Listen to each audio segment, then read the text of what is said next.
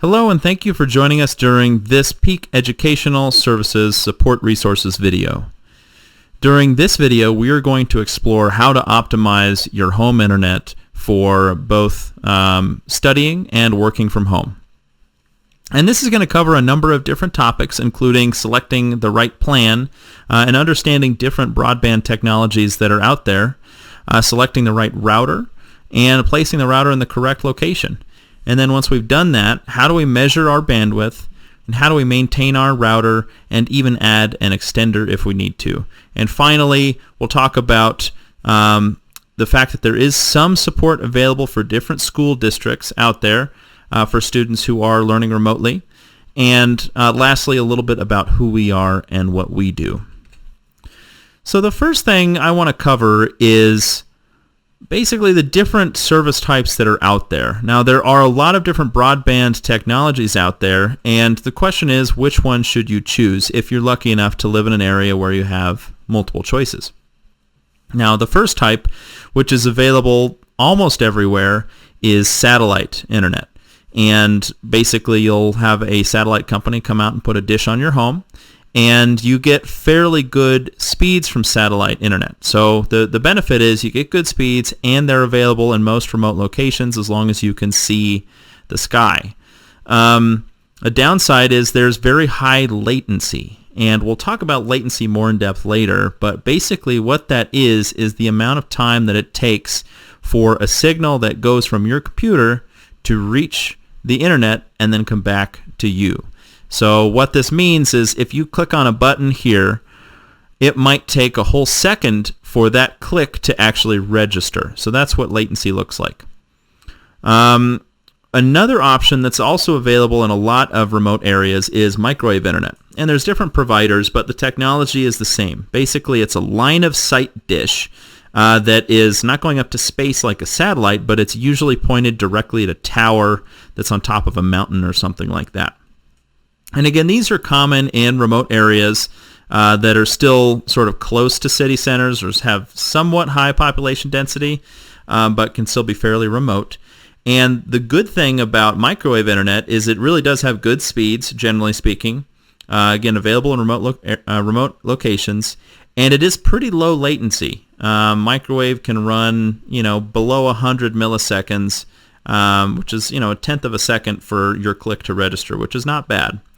The biggest issue that I've experienced with microwave is you can have congestion, which means, maybe there's one tower on the top of a mountain and it's serving, 10,000 households, but that network was really designed to serve maybe 5,000 households. So when you start hitting peak usage times, your latency goes through the roof, your download and upload speeds go down, and stuff just gets problematic. So that's the biggest problem with microwave is sometimes those towers get congested, which can really screw with your home internet.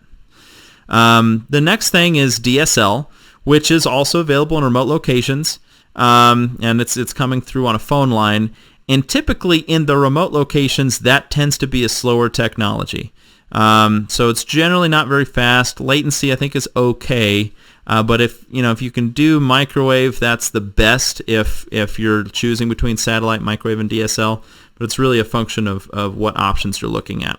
But anywhere there's phone lines, you generally can have some level of DSL internet. Although the further away you are from a central area, the lower the speeds, and sometimes it's just not available. Now, cable cable is just great, right? Cable's extremely fast. And it's extremely low latency. For instance, my cable connection runs about 5 milliseconds ping, so it takes 5 milliseconds for my click to register, which is great. The problem is it's really not available in remote locations. So cable is only available in select locations, and generally speaking, it's a monopoly type service. There aren't generally two cable providers. There's usually only one. So it depends on your comfort level dealing with whatever company you're working with. Again, generally in mountain areas, you're looking at a choice between satellite, microwave, and DSL, and it's just a matter of you weighing those different options. For work and study purposes, all three of those can work just fine. It just depends on whether you're prioritizing latency latency or speed or something like that. Now, one thing to note is in the coming months, maybe year, Starlink, which is a sort of a new internet technology that's coming out from SpaceX, is available for trial. And I know they're doing very, very limited trials. Like right now, it's not open to the public, but it's something to keep your thumb on the pulse of, because theoretically, it's going to have the benefits of satellite in that it'll also be available everywhere that you can see the sky. It's going to have really good speed, and it's going to be really low latency because they're using satellites that are in super low Earth orbit. So they're much closer to the Earth and just moving much more quickly around the planet. So that's the idea that's the idea with SpaceX and Starlink internet. It's just something to keep an eye out if it does come out and if it works as promised. Once you pick your service, then the next question is, how much bandwidth do I need? And I know it can be really confusing, and you certainly don't want to trust a lot of the cable companies when they say, if you've got 3 people and you want to use Netflix, then you have to have 100 megabits download, and that's just not true. So the easiest way to think about selecting the appropriate plan is literally just to think about how many users you're going to have on the internet at a given time. Okay? Because the reality is a user is going to be the one consuming bandwidth, right? It doesn't matter how many devices they have connected, right? You can have a computer, or actually maybe a user can have 3 computers and a smartphone and a TV. But the fact is they're not going to be heavily consuming bandwidth on all of those devices at the same time, generally speaking.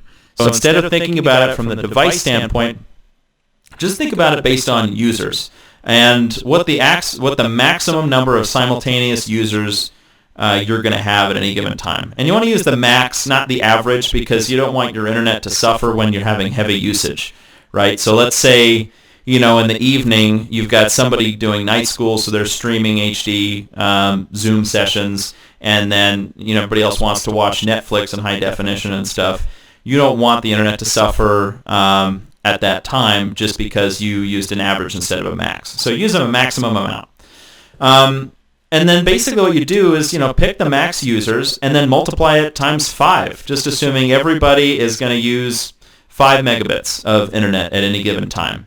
So, if I've got a family of 5, and so my maximum simultaneous users are going to be 5, and I use 5 megabits as my per person bandwidth amount, then I just do 5 times 5. And then I say, okay, so for a family of 5, we should do perfectly fine on a 25 megabit download speed plan. Now, if you have some really heavy users into account, or in your home, take that into account and bump the numbers a little bit. It doesn't hurt to have more internet than you need, except you might be paying a little bit extra. But to be perfectly honest, it's always better to have extra download speed than to have not enough. So your streams and your work and your school is suffering because you've got 2 parents working from home now and a bunch of students. So. But this is a good place to start with. Honestly, 5 megabits per person is really a good average to use here.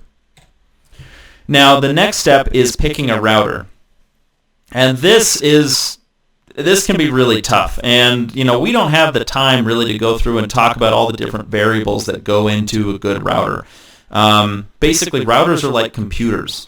They have processors, they have memory, and what they do is they look at all the traffic coming in, and then they send it to the correct device. And basically, if you have a bad router, it doesn't matter how good your internet is. It doesn't matter if you have a 2 millisecond ping with fiber optic cable running at a gigabit per second. It doesn't matter. If you're trying to run that through a bad router, you're going to have an awful experience. So a router is not something to go cheap on. Because that means you're going to get a limited processor and less memory, which means that simultaneous traffic is really going to suffer.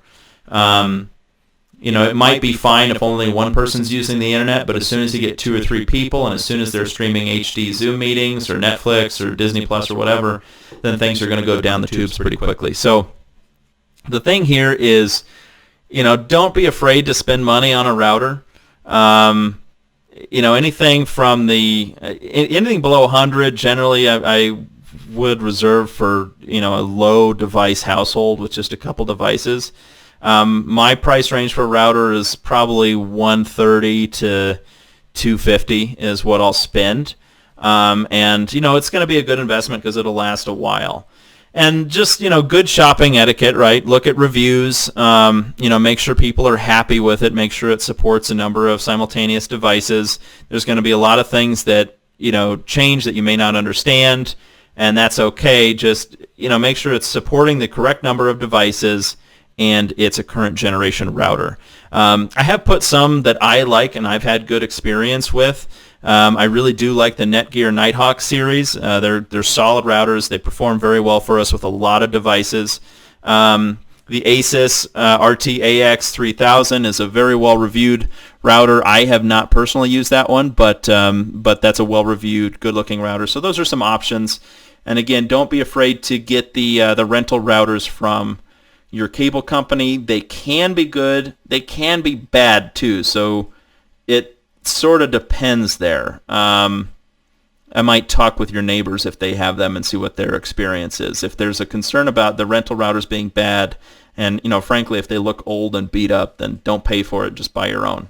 But the take home here is don't be afraid to spend money on a router. It's not fun to spend money when you don't have to, but in this case, it's money very well spent. Once you've got your router location is super important, right? There's a lot of really super snazzy technology where routers are actually able to sort of create an asymmetrical signal, but let's ignore that and just assume it's like a normal radio where it's just transmitting outwards. So your distance from the router the greater the distance, the less the reception, right? Both ways. And so when you're thinking about location, the first thing you want to think about is somewhere central, right? Because if the farther away I get from the router, the weaker the signal, then you want everywhere in your house to be as close to the router as possible, which means you stick it in the middle of the home. So that's really important to consider. But the other thing is you want to also consider proximity to your study space in your home office.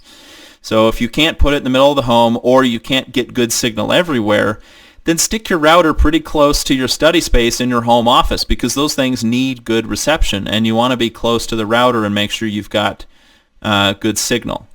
Of course, if you're running Ethernet, this is all sort of irrelevant, right? But we're just talking about a Wi-Fi network here. Next thing to talk about is building materials, and that makes a big difference. Routers can send signal really easily through drywall and wood and insulation. That's not a problem, but as soon as you get to cement, brick, dirt, metal, those things interrupt signal big time. So you want to consider the building materials around the router, right?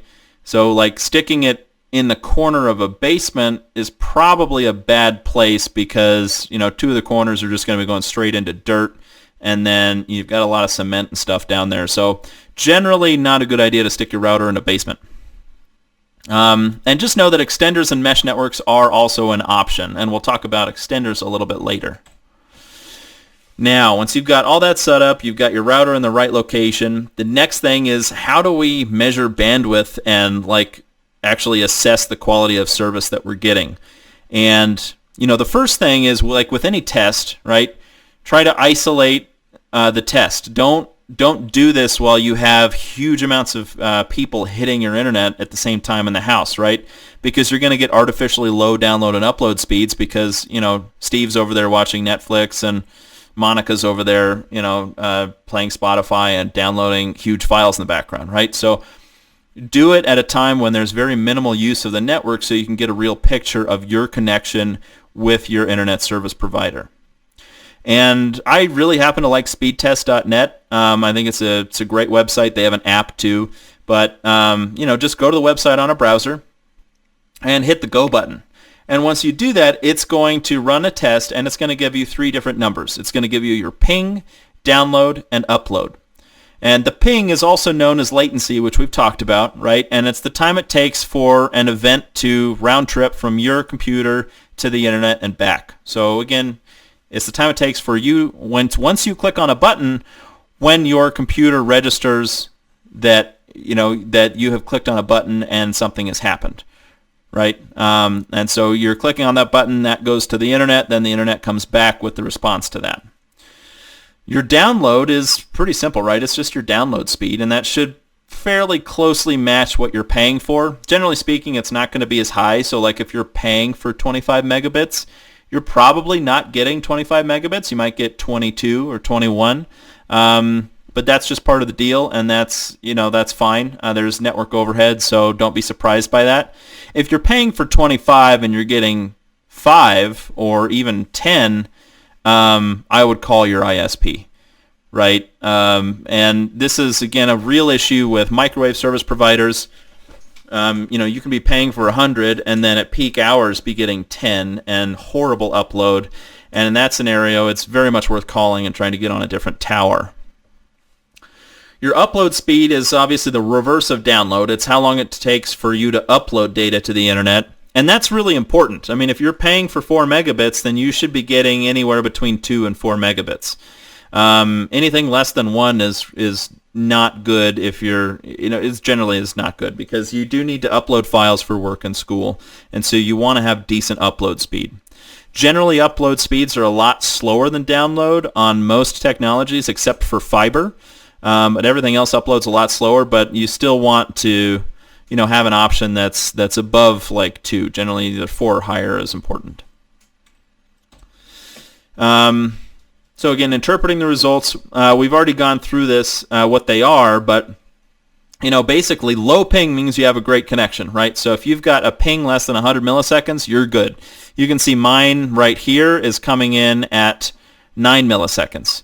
So, that's a really solid ping.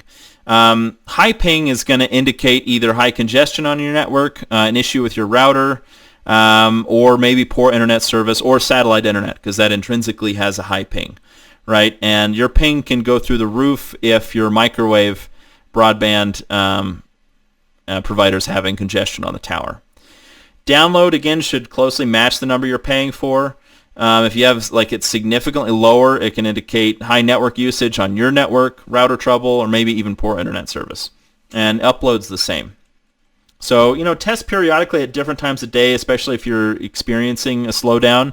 But just be mindful that your internal network can also influence the results. So you're not just testing your internet service provider. So if you've got a lot of people using the internet, again, it's going to hammer that. Router maintenance. This is actually a lot easier than it would sound, right? Honestly, restarting your router is going to fix most of the issues. So once your router is properly configured and it's working, it might start to go off the rails after a month or 2 months. And, just unplugging the power, waiting 30 seconds, and then plugging it back in will usually fix stuff. Obviously, check the incoming cable from your internet service provider. Make sure it's tightly connected and intact. This is especially true for cable because you can have loose connections there. Less so for other technologies, but it's a good thing to check. You may want to move your router if you're having issues with Wi-Fi reception. A last-ditch effort is to do a factory reset on it and just completely reset the router. And then outside of that, you may want to look at getting a new router if your router is just not performing well. One option is if you have a big house and your router is just not covering it, you can get an extender, which basically will take your Wi-Fi signal and just repeat it and send it out, broadcast it over a larger area. And these really do work. They're nice little tools. You just plug it into the outlet, connect it to the internet, and you're good to go. Connect it to your network and configure it, and you're good to go. Easy setup, honestly. It's like 15-20 minutes, and then it's just going to massively extend the range of your Wi-Fi. So, lastly, we did mention district support, and it's important to mention that some school districts do have resources for families and students with, maybe special plans with local ISPs, hardware support, and maybe even technical support resources. So if that's available, it just really depends on your district, but go ahead and contact your school counselor to understand what resources are available, especially at this time when a lot of people are doing the majority of their work and learning online. And lastly, again, this has been for me. My name's Travis Loving. I'm the technical director at Peak Educational Services, and thank you for taking the time to watch this video. Hopefully, it's been useful for you. And from our standpoint, we're a company that provides academic and social emotional life coaching, and we offer ongoing academic support virtually or in person.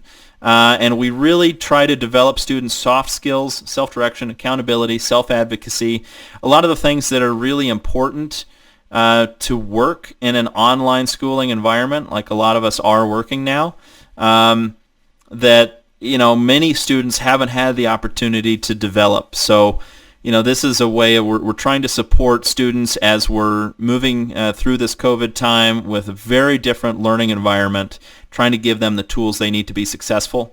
We do provide a study space with high-speed internet and coach supervision as well for that in-person support. And we do keep parents informed with weekly reports. And, if this was of value and our services are of interest to you, please feel free to visit Peak Education for more information. Thanks again for watching, and I hope you have a wonderful day.